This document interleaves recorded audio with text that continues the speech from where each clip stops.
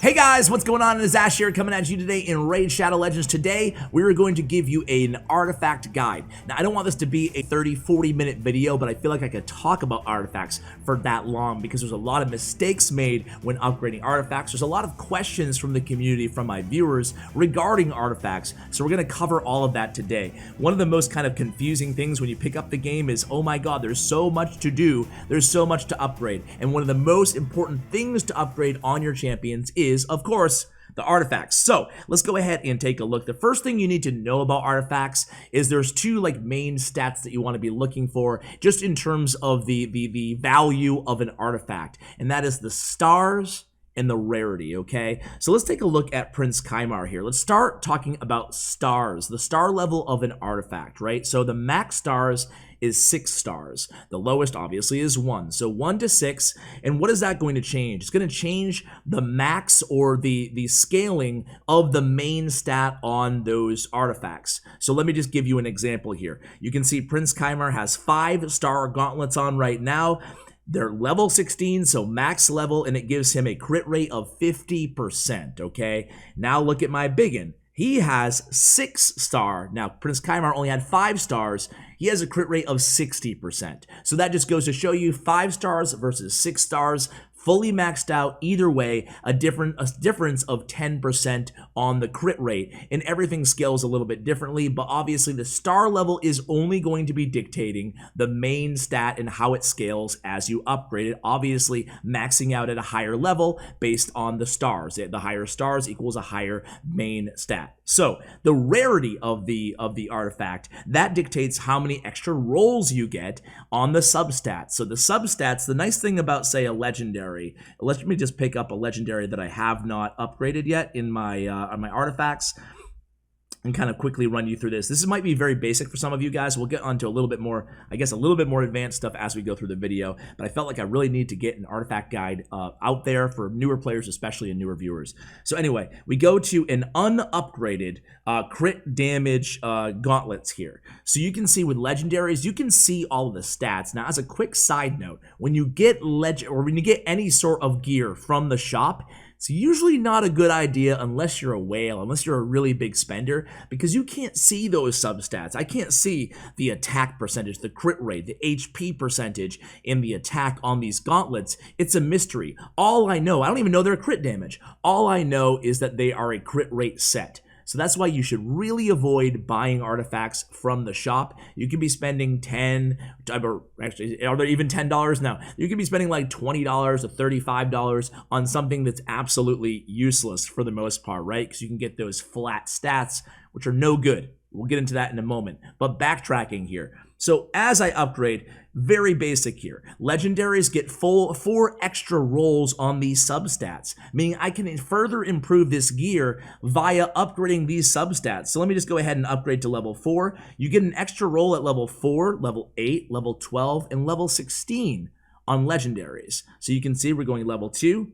Gonna go level 3, and then at level 4 we'll get a bonus stat here. So crit rate just improved all the way to 11%. So these are really solid gloves so far, right? They're legendary, they're 5-star, crit damage is high, and crit rate at 11% with the attack percentage and the HP percentage. So these are definitely a piece of gear that I'm gonna hold on to and definitely going to upgrade and probably max out for another champion. Okay, so that's how the rarity works. Now, epic gear, you can get 3 sub-stat rolls, and that happens at level 4, 8, and 12. Now, rare gear, it's 4 and 8. Uncommon, 4. Common gear, you don't get any extra rolls, so commons aren't that good. You really want to be focusing on trying to equip your champions with rare gear at the minimum. Of course, it's not always possible. You're probably going to have to upgrade some uncommon stuff too, but those extra rolls are really important. And what you want to do is scout gear too, right? So you might love a piece of gear, right? So, okay, let's just pretend I love, I love this gear, right? And I want to upgrade it. And this is actually probably a little bit too good, but just, bear with me here, right? So what I like to do is before I'm going to invest in totally maxing an artifact, I'll upgrade it to level 8, right? Level 4 or level 8, because you want to see where those first 2 rolls are going to be before you make the decision if you want to invest all the silver it takes to totally maximize. And this is a great example because I don't want resistance on these gauntlets. So already I'm like, you know, if level 8 goes to resistance as well, I won't upgrade these gauntlets. It goes to accuracy. And since it's an accuracy set gauntlets, I'm okay with it, I guess, but I would only put these on a debuffer, right? Obviously, these are kind of made for a debuffer with the speed, a little bit of HP, some resistance, and the crit rate there in an accuracy set. But this is important information. So if I roll 2 resistances, I probably just hold off. I mean, they're still really good gauntlets, so I probably use them either way, but just to keep in mind, you don't want to just because you love the main stat, you really want to get that information upgrading to level 4 and level 8 sometimes to see what that substat roll is going to be, to see, okay, I really like this. Like the previous gauntlets I just started upgrading, like that was solid. The crit rate as the first roll, that's great. Okay, so those are the stats. Now, let's talk briefly about the 3 rows of artifacts, right? You have your base stat artifacts here, your flat attack on your weapon. Weapons are always attack on the main stat, you can see here. And then the helmets are always HP on the main stat, and it's always a flat number, no percentages. And then the shield is always flat defense, a flat number, 265 here, and there's no percentages, okay? So there's not that much autonomy. You cannot build your champion. I mean, you can build your champion based on the substats of the top row, but that's about it. The real flexibility from your perspective, from the player's perspective, and the autonomy to upgrade your champion or specialize your champion in a number of different directions based on whatever how you want to use that champion, that all happens in the second and the third rows, mainly in the second row. The second row of artifacts here, your gauntlets, your chest piece, and your boots, are the most important pieces of your entire champion in most cases. So the gauntlets are one of the most important, especially for attack-based champions. Gauntlets on attack-based champions, with some exceptions, you want to focus on crit rate, right? Now, what are the exceptions? Some champions out there have automatic on their skills built in. This ability will always be critical, or this ability has a 75% chance to be critical. That type of stuff is really, it gives you the flexibility of investing into crit damage gauntlets instead. Now, the other exception to that rule on attack-based champions, any champion who's going to be doing a lot of damage for you, the other exception is if your gear is so good in the other positions that you're still able to build that crit rate to 100% on the substats of the other gear, right? So if you're able to do that, then you have the luxury again of going crit damage or attack or something else, HP, if you want to make them a little bit more robust on the gloves. Now, so there's a lot of flexibility, but the big thing is you always want to go percentage on the chest and on the gauntlets. Always percentage, no flat stats, okay? So crit rate really important for attacking. Obviously for HP and defense, you can go HP percentage or defense percentage, okay? And then on the chest, you have some flexibility. Even with attack-based champions, here I have the 60% attack chest plate here, but you really have flexibility, like I said. You can go HP if you want to make them a little bit stronger, add to their length, how long they can stay alive, because keeping them alive is a whole nother element to these damage dealers, of course. So you have flexibility, more sustainability with that defense, more HP, or just going full on attack. And a lot of that decision making is up to you guys, right? Are you using a composition around this champion that is going to be able to keep them alive? If so, you have the luxury of putting more into those attack stats, okay? So in the same thing, again, on the defense, you can go HP or defense or even accuracy on debuffers on the chest slot. So chest slot's usually going to be HP percentage, attack percentage, defense percentage, or accuracy. And then on the boots, for 75% of champions, maybe even more, you really want to be looking for speed boots.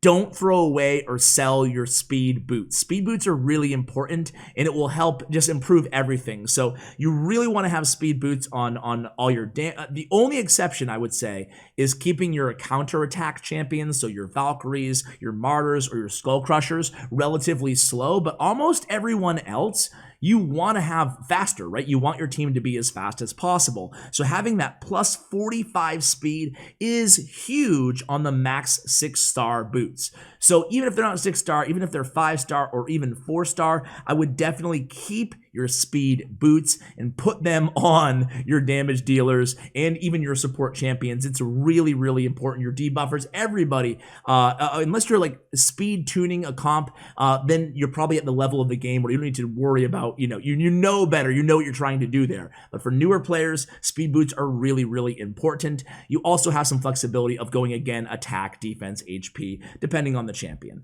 So that is your second row. Second row, really important.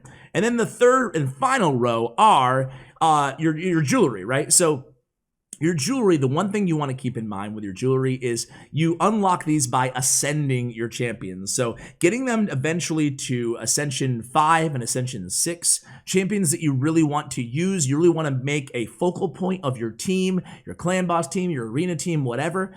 It's really, really important to focus on ascending them, because if for nothing else, forget about the stats, forget about the special abilities it often unlocks, or the special skills it upgrades in your skills.